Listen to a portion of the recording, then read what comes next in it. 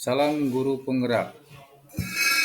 Saya Lukman Abdul Rahman, CGP Angkatan 10, asal Sekolah SMKN Negeri 1 Raja Desa. Pemikiran filosofi Ki Hajar Dewantara. Tujuan pembelajaran menurut Ki Hajar Dewantara. Menurut Ki Hajar Dewantara, pendidikan adalah menuntun segala kekuatan yang ada pada anak-anak agar mereka dapat mencapai keselamatan dan kebahagiaan yang setinggi-tingginya, baik sebagai manusia maupun sebagai anggota masyarakat. Isi pemikiran Ki Hajar Dewantara. Yang pertama, pendidik harus berpihak pada murid. Yang kedua, pendidik harus bisa menuntun pada murid sesuai kodratnya, yaitu kodrat alam dan kodrat zaman. Yang ketiga, pendidik harus memahami karakter murid.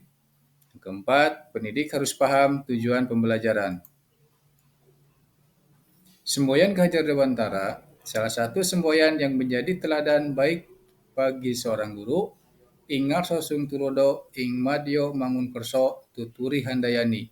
Depan memberi contoh, di tengah memberi semangat, dan di belakang memberi dorongan. Pendidikan yang berpihak pada murid. Yang pertama, berikan kemerdekaan kepada murid dengan cara pembelajaran berdiferensiasi. Yang kedua, berpikir kreatif dan inovatif. Yang ketiga, sesuaikan dengan profil murid dan perkembangan zaman. Suasana pembelajaran di sekolah yang berpihak pada murid. Yang pertama, Project Based Learning, PJBL, adalah metode pembelajaran yang berpusat pada proyek. Dalam PJBL, murid dihadapkan pada sebuah proyek yang menantang dan harus diselesaikan dalam jangka waktu tertentu. Murid akan belajar dengan cara mencari solusi atas permasalahan yang ada di proyek tersebut. Yang kedua, Problem Based Learning. PBL mirip dengan PJBL, tetapi fokusnya lebih kepada pemecahan masalah. Dalam PBL, murid dihadapkan pada sebuah masalah yang kompleks dan harus diselesaikan dengan menggunakan berbagai disiplin ilmu. Yang ketiga, Discovery Learning.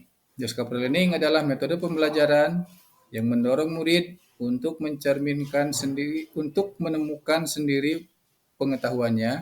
Dalam Discovery Learning, murid diberi panduan dan sumber belajar, dan kemudian mereka harus mencari sendiri jawaban atas pertanyaan yang diberikan. Yang keempat, Experiential Learning. Experiential Learning adalah metode pembelajaran yang menekankan pada pengalaman belajar langsung. Dalam Experiential Learning, murid belajar dengan cara melakukan sesuatu seperti melakukan eksperimen, mengunjungi tempat-tempat tertentu, atau melakukan kegiatan magang.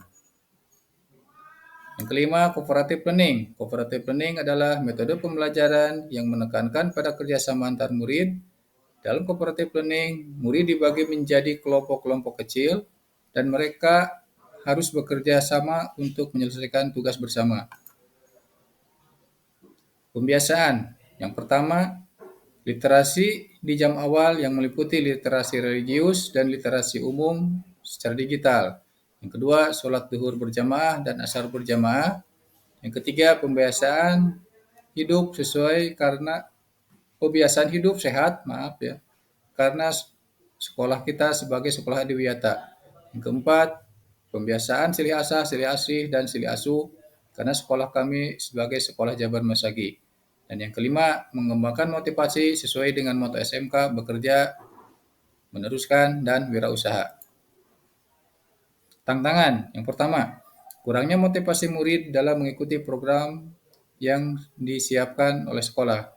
Yang kedua, kemampuan guru yang belum sepenuhnya memahami pemikiran Ki Hajar Dewantara bahwa pendidikan berpihak pada murid.